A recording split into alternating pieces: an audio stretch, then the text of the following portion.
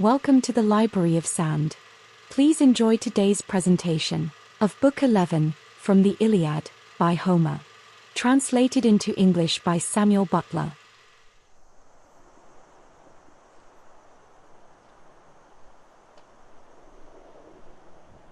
And now as dawn rose from her couch beside Tithonus, harbinger of light alike to mortals and immortals, Jove sent fierce discord with the ensign of war in her hands to the ships of the Achaeans. She took her stand by the huge black hull of Ulysses' ship, which was middlemost of all, so that her voice might carry farthest on either side, on the one hand towards the tents of Ajax son of Telamon, and on the other towards those of Achilles, for these two heroes, well assured of their own strength, had valorously drawn up their ships at the two ends of the line. There she took her stand, and raised a cry both loud and shrill that filled the Achaeans with courage, giving them heart to fight resolutely and with all their might, so that they had rather stay there and do battle than go home in their ships. The son of Atreus shouted aloud and bade the Argives gird themselves for battle while he put on his armor. First he girded his goodly greaves about his legs, making them fast with ankle clasps of silver, and about his chest he set the breastplate which Cinyras had once given him as a guest gift. It had been noised abroad as far as Cyprus that the Achaeans were about to sail for Troy, and therefore he gave it to the king. It had 10 courses of dark cyanus, 12 of gold, and 10 of tin. There were serpents of cyanus that wreathed themselves up towards the neck, 3 upon either side, like the rainbows which the son of Saturn has set in heaven as a sign to mortal men.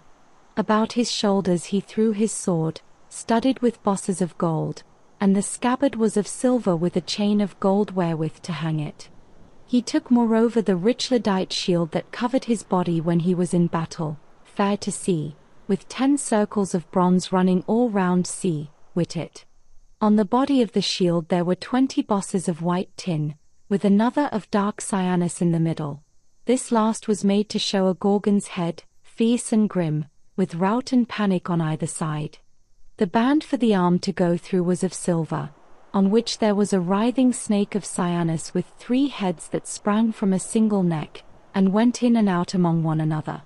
On his head Agamemnon set a helmet, with a peak before and behind, and 4 plumes of horsehair that nodded menacingly above it.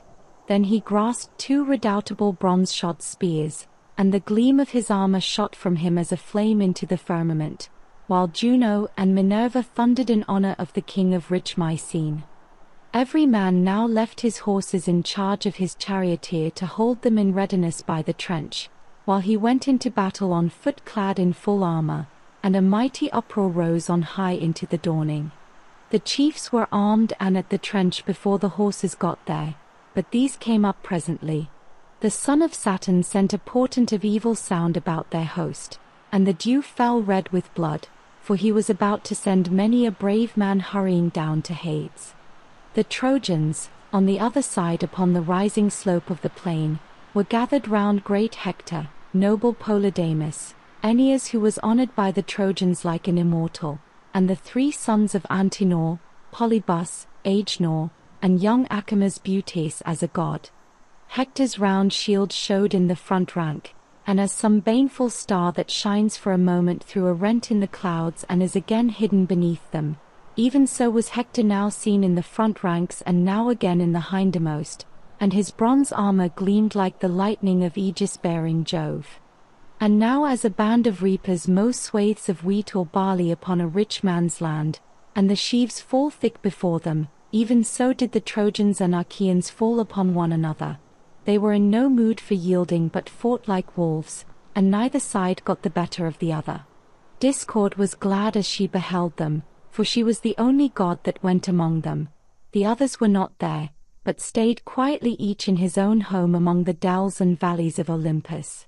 All of them blamed the son of Saturn for wanting to live victory to the Trojans, but Father Jove heeded them not. He held aloof from all, and sat apart in his all-glorious majesty, looking down upon the city of the Trojans, the ships of the Achaeans, the gleam of bronze, and alike upon the slayers and on the slain. Now so long as the day waxed and it was still morning, Their darts rained thick on one another and the people perished. But as the hour drew nigh when a woodman working in some mountain forest will get his midday meal, for he has felled till his hands are weary, he is tired out, and must now have food, then the Danaans with a cry that rang through all their ranks, broke the battalions of the enemy. Agamemnon led them on, and slew first Bienna, a leader of his people, and afterwards his comrade and charioteer Oileus, who sprang from his chariot and was coming full towards him. But Agamemnon struck him on the forehead with his spear. His bronze visor was of no avail against the weapon, which pierced both bronze and bone, so that his brains were battered in and he was killed in full fight. Agamemnon stripped their shirts from off them and left them with their breasts all bare to lie where they had fallen. He then went on to kill Isus and Antiphus, 2 sons of Priam, the one a bastard, the other born in wedlock. They were in the same chariot, the bastard driving, while noble Antiphus fought beside him. Achilles had once taken both of them prisoners in the glades of Ida, and had bound them with fresh wives as they were shepherding, but he had taken a ransom for them. Now, however, Agamemnon son of Atreus smote Isus in the chest above the nipple with his spear, while he struck Antiphus hard by the ear and threw him from his chariot. Forthwith he stripped their goodly armor from off them and recognized them, for he had already seen them at ships when Achilles brought them in from Ida. As a lion fastens on the fawns of a hind and crushes them in his great jaws, robbing them of their tender life while he on his way back to his lair, the hind can do nothing for them even though she be close by, for she is in an agony of fear, and flies through the thick forest, sweating, and at her utmost speed before the mighty monster. So, no man of the Trojans could help Isus and Antiphus, for they were themselves flying panic before the Argives. Then King Agamemnon took the 2 sons of Antimachus, Pisander and brave Hippolochus. It was Antimachus who had been foremost in preventing Helen's being restored to Menelaus, for he was largely bribed by Alexandrus. And now Agamemnon took his 2 sons, both in the same chariot, trying to bring their horses to a stand, for they had lost hold of the reins and the horses were mad with fear. The son of Atreus sprang upon them like a lion, and the pair besought him from their chariot. "Take us alive," they cried, "son of Atreus, and you shall receive a great ransom for us. Our father Antimachus has great store of gold, bronze, and wrought iron, and from this he will satisfy you with a very large ransom should he hear of our being alive at the ships of the Achaeans." With such piteous words and tears did they beseech the king, but they heard no pitiful answer in return.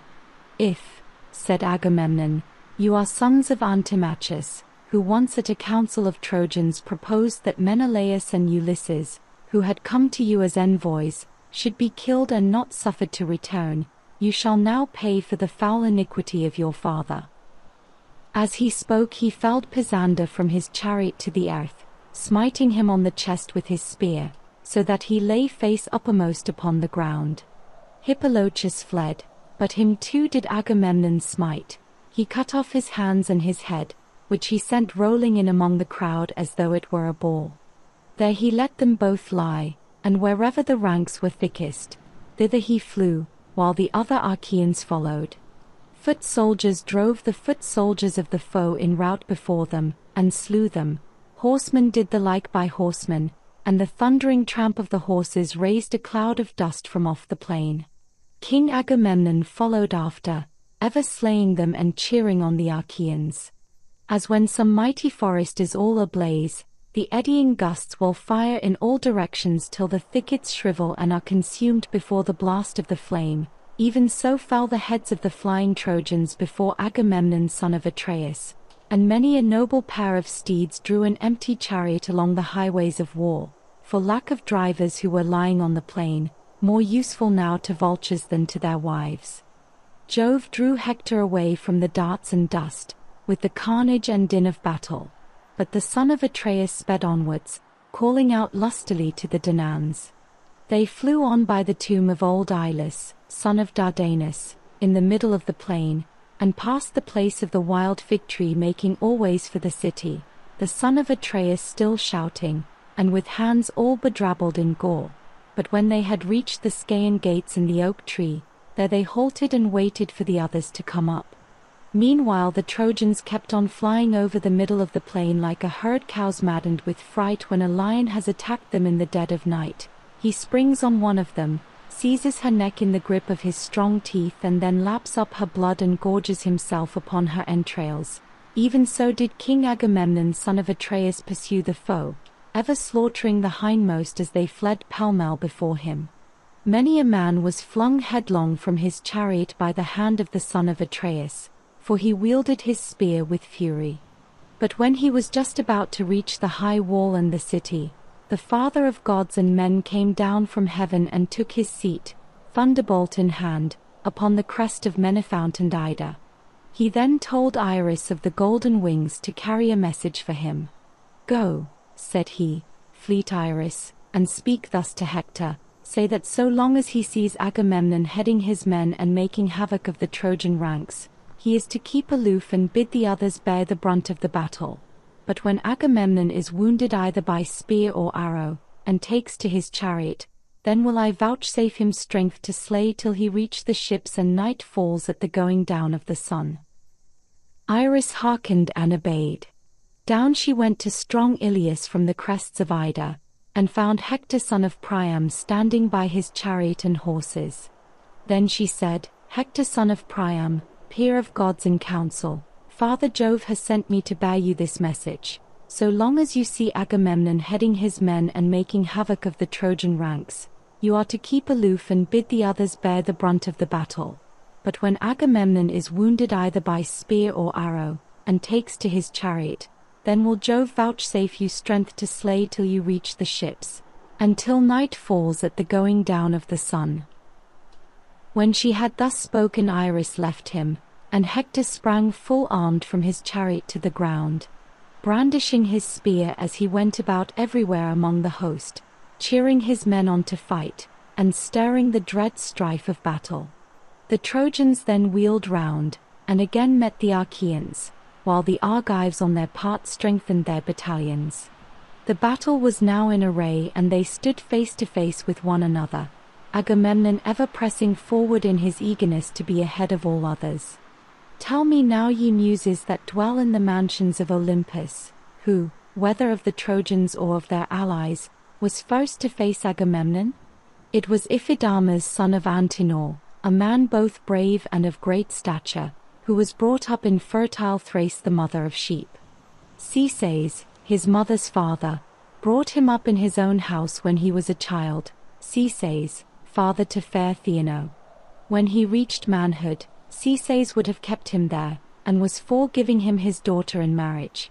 But as soon as he had married, he set out to fight the Achaeans with 12 ships that followed him. These he had left at Percote and had come on by land to Ilias. He it was that now met Agamemnon son of Atreus. When they were close up with one another, the son of Atreus missed his aim, and Iphidamas hit him on the girdle below the cuirass and then flung himself upon him, trusting to his strength of arm. The girdle, however, was not pierced, nor nearly so, for the point of the spear struck against the silver and was turned aside as though it had been lead. King Agamemnon caught it from his hand, and drew it towards him with the fury of a lion. He then drew his sword, and killed Iphidamas, by striking him on the neck. So there the poor fellow lay, sleeping a sleep as it were of bronze, killed in the defense of his fellow citizens, far from his wedded wife, of whom he had had no joy though he had given much for her. He had given 100 head of cattle down, and had promised later on to give 1,000 sheep and goats mixed, from the countless flocks of which he was possessed. Agamemnon son of Atreus then despoiled him, and carried off his armor into the host of the Achaeans. When noble Coon, Antenor's eldest son, saw this, sore indeed were his eyes at the sight of his fallen brother. Unseen by Agamemnon he got beside him, spear in hand, and wounded him in the middle of his arm below the elbow, the point of the spear going right through the arm. Agamemnon was convulsed with pain, but still not even for this did he leave off struggling and fighting, but grasped his spear that flew as fleet as the wind, and sprang upon Kun, who was trying to drag off the body of his brother, his father's son, by the foot, and was crying for help to all the bravest of his comrades. But Agamemnon struck him with a bronze-shod spear and killed him as he was dragging the dead body through the press of men under cover of his shield. He then cut off his head, standing over the body of Iphidamas. Thus did the sons of Antenor meet their fate at the hands of the son of Atreus, and go down into the house of Hades. As long as the blood still welled warm from his wound, Agamemnon went about attacking the ranks of the enemy with spear and sword and with great handfuls of stone. But when the blood had ceased to flow and the wound grew dry, the pain became great. As the sharp pangs which the Iliad, goddesses of childbirth, daughters of Juno and dispensers of cruel pain, send upon a woman when she is in labor, even so sharp were the pangs of the son of Atreus. He sprang on to his chariot, and bade his charioteer drive to the ships, for he was in great agony. With a loud clear voice he shouted to the Danaans, "My friends, princes and counselors of the Argives, defend the ships yourselves, for Jove has not suffered me to fight the whole day through against the Trojans." With this the charioteer turned his horses towards the ships, and they flew forward nothing loath. Their chests were white with foam and their bellies with dust, as they drew the wounded king out of the battle. When Hector saw Agamemnon quit the field, he shouted to the Trojans and Lycians, saying, "Trojans, Lycians, and Dardanian warriors, be men, my friends, and acquit yourselves in battle bravely. Their best man has left them, and Jove has vouchsafed me a great triumph. Charge the foe with your chariots that you may win still greater glory." With these words he put heart and soul into them all, and as a huntsman hounds his dogs on against a lion or wild boar, even so did Hector, peer of Mars, hound the proud Trojans on against the Achaeans. Full of hope he plunged in among the foremost, and fell on the fight like some fierce tempest that swoops down upon the sea, and lashes its deep blue waters into fury. What, then, is the full tale of those whom Hector son of Priam killed in the hour of triumph which Jove then vouchsafed him? First Asius, Ortinus, and Opites, Dolops son of Clitius, Apheltius and Agelaus, Aesymnus, Orus and Hipponus steadfast in battle. These chieftains of the Achaeans did Hector slay, and then he fell upon the rank and file. As when the west wind hustles the clouds of the white south and beats them down with the fierceness of its fury, the waves of the sea roll high, and the spray is flung aloft in the rage of the wandering wind, even so thick were the heads of them that fell by the hand of Hector. All had then been lost and no help for it, and the Achaeans would have fled pell-mell to their ships, had not Ulysses cried out to Diomed, "Son of Tydeus, what has happened to us that we thus forget our prowess? Come, my good fellow, stand by my side and help me, we shall be shamed forever if Hector takes the ships." And Diomed answered, "Come what may, I will stand firm, but we shall have scant joy of it, for Jove is minded to give victory to the Trojans rather than to us." With these words he struck Thymbraeus from his chariot to the ground, smiting him in the left breast with his spear, while Ulysses killed Molion, who was his squire. These they let lie. Now that they had stopped their fighting, the two heroes then went on playing havoc with the foe, like two wild boars that turn in fury and rend the hounds that hunt them. Thus did they turn upon the Trojans and slay them. And the Achaeans were thankful to have breathing time in their flight from Hector. They then took two princes with their chariot, the two sons of Merops of Pacote, who excelled all others in the arts of divination. He had forbidden his sons to go to the war, but they would not obey him, for fate lured them to their fall. Diomed son of Tydeus slew them both and stripped them of their armor, while Ulysses killed Hippodamus and Hypeirochus. And now the son of Saturn, as he looked down from Ida, ordained that neither side should have the advantage, and they kept on killing one another. The son of Tydeus speared Agastrophus son of Paeon in the hip joint with his spear. His chariot was not at hand for him to fly with, so blindly confident had he been. His squire was in charge of it at some distance, and he was fighting on foot among the foremost, until he lost his life. Hector soon marked the havoc Diomed and Ulysses were making, and bore down upon them with a loud cry, followed by the Trojan ranks. Brave Diomed was dismayed when he saw them, and said to Ulysses who was beside him, "Great Hector is bearing down upon us, and we shall be undone. Let us stand firm and wait his onset." He poised his spear as he spoke and hurled it, nor did he miss his mark. He had aimed at Hector's head near the top of his helmet, but bronze was turned by bronze, and Hector was untouched, for the spear was stayed by the visored helm made with 3 plates of metal, which Phoebus Apollo had given him. Hector sprang back with a great bound under cover of the ranks. He fell on his knees and propped himself with his brawny hand leaning on the ground, for darkness had fallen on his eyes. The son of Tydeus, having thrown his spear, dashed in among the foremost fighters, to the place where he had seen it strike the ground. Meanwhile Hector recovered himself and springing back into his chariot mingled with the crowd, by which means he saved his life. But Diomed made at him with his spear and said, "Dog, you have again got away, though death was close on your heels. Phoebus Apollo, to whom I ween you pray ere you go into battle, has again saved you. Nevertheless I will meet you and make an end of you hereafter, if there is any god who will stand by me too and be my helper. For the present I must pursue those I can lay hands on." As he spoke he began stripping the spoils from the son of Paeon, but Alexandra's husband of lovely Helen aimed an arrow at him, leaning against a pillar of the monument which men had raised to Ilus son of Dardanus, a ruler in days of old. Diomed had taken the cuirass from off the breast of Agastrophus, his heavy helmet also, and the shield from off his shoulders, when Paris drew his bow and let fly an arrow that sped not from his hand in vain, but pierced the flat of Diomed's right foot, going right through it and fixing itself in the ground.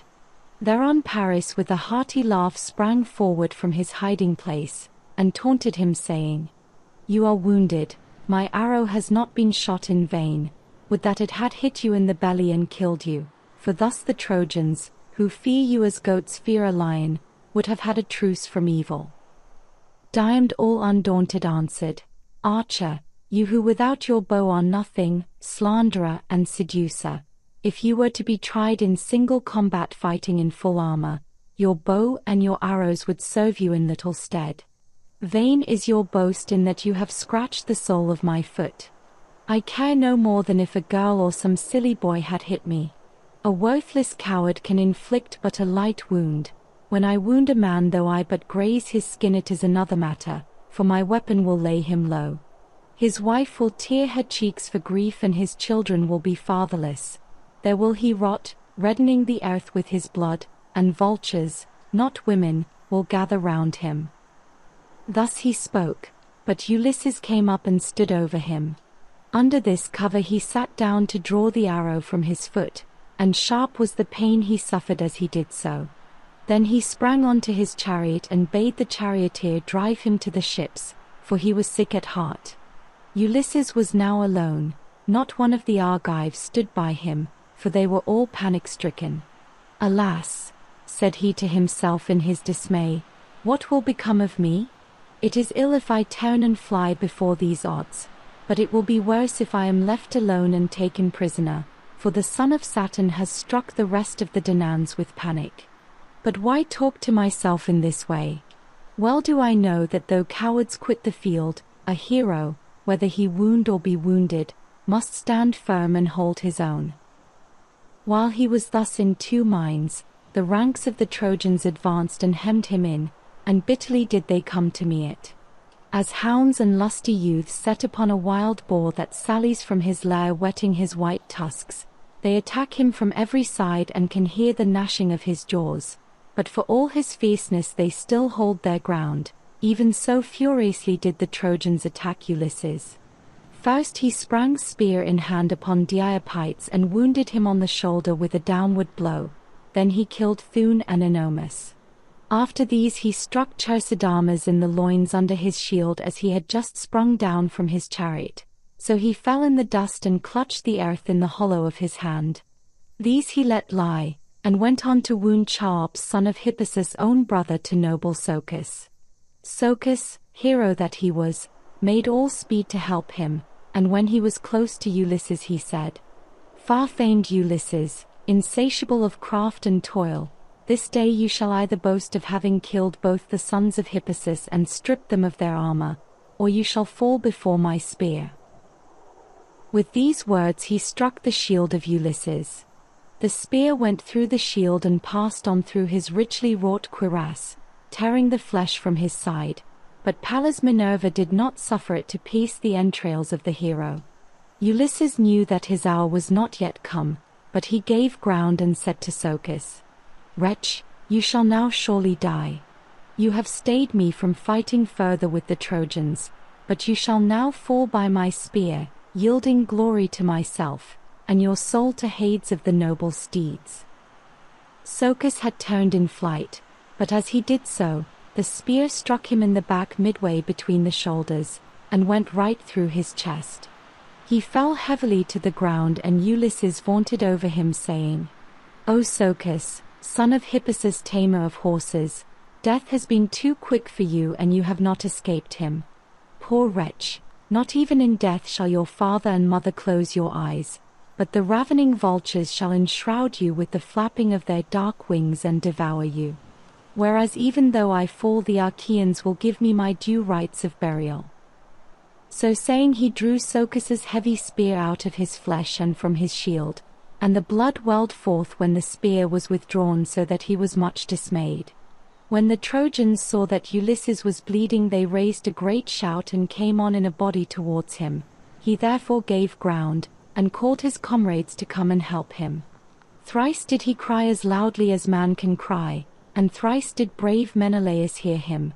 He turned, therefore, to Ajax, who was close beside him, and said, "Ajax, noble son of Telamon, captain of your people, the cry of Ulysses rings in my ears, as though the Trojans had cut him off and were worsting him while he is single-handed. Let us make our way through the throng. It will be well that we defend him. I fear he may come to harm for all his valor if he be left without support, and the Danaans would miss him sorely." He led the way, and mighty Ajax went with him. The Trojans had gathered round Ulysses like ravenous mountain jackals round the carcass of some homed stag that has been hit with an arrow. The stag has fled at full speed so long as his blood was warm and his strength has lasted. But when the arrow has overcome him, the savage jackals devour him in the shady glades of the forest. Then heaven sends a fierce lion thither, whereon the jackals fly in terror, and the lion robs them of their prey. Even so did Trojans many and brave gather round crafty Ulysses, but the hero stood at bay and kept them off with his spear. Ajax then came up with his shield before him like a wall, and stood hard by, whereon the Trojans fled in all directions. Menelaus took Ulysses by the hand, and led him out of the press while his squire brought up his chariot. But Ajax rushed furiously on the Trojans and killed Doryclus, a bastard son of Priam. Then he wounded Pandocus, Lysandrus, Pyrasus, and Pylates, as some swollen torrent comes rushing in full flood from the mountains onto the plain, big with the rain of heaven. Many a dry oak and many a pine does it engulf, and much mud does it bring down and cast into the sea. Even so did brave Ajax chase the foe furiously over the plain, slaying both men and horses. Hector did not yet know what Ajax was doing, for he was fighting on the extreme left of the battle by the banks of the river Scamander, where the carnage was thickest and the war cry loudest round Nestor and brave Idomeneus. Among these Hector was making great slaughter with his spear and furious driving, and was destroying the ranks that were opposed to him. Still the Achaeans would have given no ground, had not Alexandra's husband of lovely Helen stayed the prowess of Machaon, shepherd of his people, by wounding him in the right shoulder with a triple barbed arrow. The Achaeans were in great fear that as the fight had turned against them the Trojans might take him prisoner, and Idomeneus said to Nestor, "Nestor, son of Neleus, honored to the Achaean name, mount your chariot at once, take Machaon with you and drive your horses to the ships as fast as you can. A physician is worth more than several other men put together, for he can cut out arrows and spread healing herbs. Nestor, knight of Gerene, did as Idomeneus had counseled. He at once mounted his chariot, and Machaon, son of the famed physician Aesculapius, went with him. He lashed his horses and they flew onward, nothing loath, towards the ships, as though of their own free will. Then Cebriones, seeing the Trojans in confusion, said to Hector from his place beside him, "Hector, here are we two fighting on the extreme wing of the battle, while the other Trojans are in pell-mell rout, they and their horses. Ajax, son of Telamon, is driving them before him. I know him by the breadth of his shield. Let us turn our chariot and horses thither, where horse and foot are fighting most desperately, and where the cry of battle is loudest." With this he lashed his goodly steeds, and when they felt the whip they drew the chariot full speed among the Achaeans and Trojans, over the bodies and shields of those that had fallen. The axle was bespattered with blood, and the rail round the car was covered with splashes both from the horses' hoofs and from the tires of the wheels. Hector tore his way through and flung himself into the thick of the fight, and his presence threw the Danaans into confusion, for his spear was not long idle. Nevertheless, though he went among the ranks with sword and spear, and throwing great stones, he avoided Ajax, son of Telamon, for Jove would have been angry with him if he had fought a better man than himself. Then Father Jove from his high throne struck fear into the heart of Ajax, so that he stood there dazed and threw his shield behind him, looking fearfully at the throng of his foes as though he were some wild beast, and turning hither and thither but crouching slowly backwards. As peasants with their hounds chase a lion from their stockyard, and watch by night to prevent his carrying off the pick of their herd, he makes his greedy spring, but in vain, for the darts from many a strong hand fall thick around him, with burning brands that scare him for all his fury, and when morning comes he slinks foiled and angry away. Even so did Ajax, sorely against his will, retreat angrily before the Trojans, fearing for the ships of the Achaeans. Or as some lazy ass that has had many a cudgel broken about his back, when he into a field begins eating the corn, boys beat him but he is too many for them, and though they lay about with their sticks they cannot hurt him. Still when he has had his fill they at last drive him from the field. Even so did the Trojans and their allies pursue great Ajax, ever smiting the middle of his shield with their darts. Now and again he would turn and show fight, keeping back the battalions of the Trojans, and then he would again retreat. But he prevented any of them from making his way to the ships. Single-handed he stood midway between the Trojans and Achaeans. The spears that sped from their hands stuck some of them in his mighty shield, while many, though thirsting for his blood, fell to the ground ere they could reach him to the wounding of his fair flesh. Now when Eurypylus the brave son of Euaemon saw that Ajax was being overpowered by the rain of arrows, he went up to him and hurled his spear. He struck Apisaon son of Phorcys in the liver below the midriff, and laid him low. Eurypylus sprang upon him, and stripped the armor from his shoulders. But when Alexandrus saw him, he aimed an arrow at him which struck him in the right thigh. The arrow broke, but the point that was left in the wound dragged on the thigh. He drew back, therefore, under cover of his comrades to save his life, shouting as he did so to the Danaans, "My friends, princes and counselors of the Argives, rally to the defense of Ajax who is being overpowered, and I doubt whether he will come out of the fight alive. Hither, then, to the rescue of great Ajax son of Telamon." Even so did he cry when he was wounded. Thereon the others came near, and gathered round him, holding their shields upwards from their shoulders so as to give him cover. Ajax then made towards them, and turned round to stand at bay as soon as he had reached his men. Thus then did they fight as it were a flaming fire. Meanwhile the mares of Neleus, all in a lather with sweat, were bearing Nestor out of the fight, and with him Machaon shepherd of his people.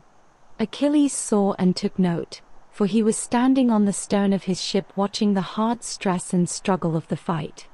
He called from the ship to his comrade Patroclus, who heard him in the tent and came out looking like Mars himself, Here indeed was the beginning of the ill that presently befell him. "Why," said he, "Achilles, do you call me? What do you want with me?"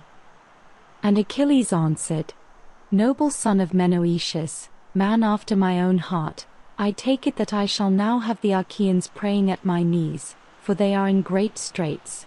Go, Patroclus, and ask Nestor who is that he is bearing away wounded from the field. From his back I should say it was Machaon son of Aesculapius, but I could not see his face for the horses went by me at full speed." Patroclus did as his dear comrade had bidden him, and set off running by the ships and tents of the Achaeans. When Nestor and Machaon had reached the tents of the son of Neleus, they dismounted, and an esquire, Eurymedon, took the horses from the chariot. The pair then stood in the breeze by the seaside to dry the sweat from their shirts, and when they had so done they came inside and took their seats. Fair Hecamede, whom Nestor had awarded to him from Tenedos when Achilles took it, mixed them a mess. She was daughter of wise Arsenus, and the Achaeans had given her to Nestor because he excelled all of them in counsel. First she set for them a fair and well-made table that had feet of cyanus. On it there was a vessel of bronze and an onion to give relish to the drink, with honey and cakes of barley meal. There was also a cup of rare workmanship which the old man had brought with him from home, studded with bosses of gold. It had 4 handles, on each of which there were 2 golden doves feeding, and it had 2 feet to stand on. Anyone else would hardly have been able to lift it from the table when it was full, but Nestor could do so quite easily. In this the woman, as fair as a goddess, mixed them a mess with Pramnian wine. She grated goat's milk cheese into it with a bronze grater, threw in a handful of white barley meal, and having thus prepared the mess she bade them drink it. When they had done so and had thus quenched their thirst, they fell talking with one another, and at this moment Patroclus appeared at the door. When the old man saw him he sprang from his seat, seized his hand, led him into the tent, and bade him take his place among them. But Patroclus stood where he was and said, "Noble sir, I may not stay, you cannot persuade me to come in.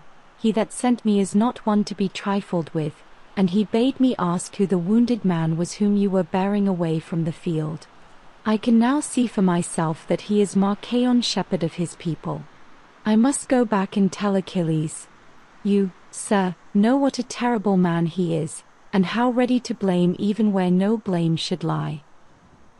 And Nestor answered, "Why should Achilles care to know how many of the Achaeans may be wounded? He recks not of the dismay that reigns in our host. Our most valiant chieftains lie disabled, brave Diomed son of Tydeus is wounded, so are Ulysses and Agamemnon. Eurypylus has been hit with an arrow in the thigh, and I have just been bringing this man from the field, he too wounded, with an arrow. Nevertheless Achilles, so valiant though he be, cares not and knows no ruth. Will he wait till the ships, do what we may, are in a blaze, and we perish one upon the other? As for me, I have no strength nor stay in me any longer. Would that I was still young and strong as in the days when there was a fight between us and the men of Elis about some cattle raiding. I then killed Itimonius the valiant son of Hyperocus, a dweller in Elis, as I was driving in the spoil.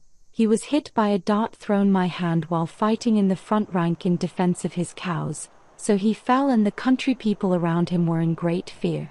We drove off a vast quantity of booty from the plain, 50 herds of cattle and as many flocks of sheep, 50 droves also of pigs, and as many wide-spreading flocks of goats. Of horses moreover we seized 150, all of them mares, and many had foals running with them. All these did we drive by night to Pylus the city of Neleus, taking them within the city. And the heart of Neleus was glad in that I had taken so much, though it was the first time I had ever been in the field. At daybreak the heralds went round crying that all in Elis to whom there was a debt owing should come, and the leading Pylians assembled to divide the spoils. There were many to whom the Achaeans owed chattels, for we men of Pylus were few and had been oppressed with wrong. In former years Hercules had come, and had laid his hand heavy upon us, so that all our best men had perished. Neleus had 12 sons, but I alone was left, the others had all been killed. The Achaeans, presuming upon all this, had looked down upon us and had done us much evil. My father chose a herd of cattle and a great flock of sheep, 300 in all, and he took their shepherds with him, for there was a great debt due to him in Elis, to wit 4 horses, winners of prizes. They and their chariots with them had gone to the games and were to run for a tripod, but King Augeas took them, and sent back their driver grieving for the loss of his horses. Neleus was angered by what he had both said and done, and took great value in return, but he divided the rest, that no man might have less than his full share. Thus did we order all things, and offer sacrifices to the gods throughout the city. But 3 days afterwards the Achaeans came in a body, many in number, they and their chariots, in full array, and with them the 2 Molions in their armor, though they were still lads and unused to fighting. Now there is a certain town, Thryoessa, perched upon a rock on the river Alpheus, the border city Pylus. This they would destroy, and pitch their camp about it. But when they had crossed their whole plain, Minerva darted down by night from Olympus and bade us set ourselves in array. And she found willing soldiers in Pylos, for the men meant fighting. Neleus would not let me arm, and hid my horses, for he said that as yet I could know nothing about war. Nevertheless Minerva so ordered the fight that, all on foot as I was, I fought among our mounted forces and vied with the foremost of them. There is a river Minyaeus that falls into the sea near Arene, and there they that were mounted, and I with them, waited till morning, when the companies of foot soldiers came up with us in force. Thence in full panoply and equipment we came towards noon to the sacred waters of the Alpheus, and there we offered victims to Almighty Jove, with a bull to Alpheus, another to Neptune, and a herd heifer to Minerva. After this we took supper in our companies, and laid us down to rest each in his armor by the river. The Achaeans were beleaguering the city and were determined to take it, but ere this might be there was a desperate fight in store for them. When the sun's rays began to fall upon the earth we joined battle, praying to Jove and to Minerva, and when the fight had begun, I was the first to kill my man and take his horses, to wit the warrior Mulius. He was son-in-law to Augeas, having married his eldest daughter, golden-haired Agamemnon, who knew the virtues of every herb which grows upon the face of the earth. I speared him as he was coming towards me, and when he fell headlong in the dust, I sprang upon his chariot and took my place in the front ranks. The Achaeans fled in all directions when they saw the captain of their horsemen, the best man they had, laid low, and I swept down on them like a whirlwind, taking 50 chariots, and in each of them 2 men bit the dust, slain by my spear. I should have even killed the 2 Molion's sons of Actor, unless their real father, Neptune lord of the earthquake, had hidden them in a thick mist and borne them out of the fight. Thereon Jove vouchsafed the Pylians a great victory, for we chased them far over the plain, killing the men and bringing in their armor, till we had brought our horses to Buprasium rich in wheat and to the Olenian rock, with the hill that is called Elysian, at which point Minerva turned the people back. There I slew the last man and left him. Then the Achaeans drove their horses back from Buprasium to Pylos and gave thanks to Jove among the gods, and among mortal men to Nestor. Such was I among my peers, as surely as ever was, but Achilles is for keeping all his valor for himself. Bitterly will he rue it hereafter when the host is being cut to pieces. My good friend, did not Menoetius charge you thus, on the day when he sent you from Tyre to Agamemnon? Ulysses and I were in the house, inside, and heard all that he said to you, for we came to the fair house of Peleus while beating up recruits throughout all Achaea, and when we got there we found Menoetius and yourself, and Achilles with you. The old knight Peleus was in the outer court, roasting the fat thigh bones of a heifer to Jove the Lord of Thunder, and he held a gold chalice in his hand from which he poured drink offerings of wine over the burning sacrifice. You two were busy cutting up the heifer, and at that moment we stood at the gates, whereon Achilles sprang to his feet, led us by the hand into the house, placed us at table, and set before us such hospitable entertainment as guests expect. When we had satisfied ourselves with meat and drink, I said my say and urged both of you to join us. You were ready enough to do so, and the two old men charged you much and straightly. Old Peleus bade his son Achilles fight ever among the foremost and outvie his peers, while Menoetius the son of Actor spoke thus to you. My son, said he, Achilles is of nobler birth than you are, but you are older than he, though he is far the better man of the two. Counsel him wisely, guide him in the right way, and he will follow you to his own profit. Thus did your father charge you, but you have forgotten. Nevertheless, even now, say all this to Achilles if he will listen to you. Who knows but with heaven's help you may talk him over, for it is good to take a friend's advice. If, however, he is fearful about some oracle, or if his mother has told him something from Jove, then let him send you, and let the rest of the Myrmidons follow with you, if perchance you may bring light and saving to the Danaans. And let him send you into battle clad in his own armor, that the Trojans may mistake you for him and leave off fighting. The sons of the Achaeans may thus have time to get their breath, for they are hard pressed and there is little breathing time in battle. You, who are fresh, might easily drive a tired enemy back to his walls and away from the tents and ships. With these words he moved the heart of Patroclus, who set off running by the line of the ships to Achilles, descendant of Aeacus. When he had got as far as the ships of Ulysses, where was their place of assembly and court of justice, with their altars dedicated to the gods, Eurypylus son of Euaemon met him, wounded in the thigh with an arrow, and limping out of the fight. Sweat rained from his head and shoulders, and black blood welled from his cruel wound, but his mind did not wander. The son of Menoetius when he saw him had compassion upon him and spoke piteously saying, O unhappy princes and counsellors of the Danaans, are you then doomed to feed the hounds of Troy with your fat, far from your friends and your native land? Say, noble Eurypylus, will the Achaeans be able to hold great Hector in check, or will they fall now before his spear? Wounded Eurypylus made answer, Noble Patroclus, there is no hope left for the Achaeans but they will perish at their ships. All they that were princes among us are lying struck down and wounded at the hands of the Trojans, who are waxing stronger and stronger. But save me and take me to your ship, cut out the arrow from my thigh, wash the black blood from off it with warm water, and lay upon it those gracious herbs which, so they say, have been shown you by Achilles, who was himself shown them by Chiron, most righteous of all the centaurs.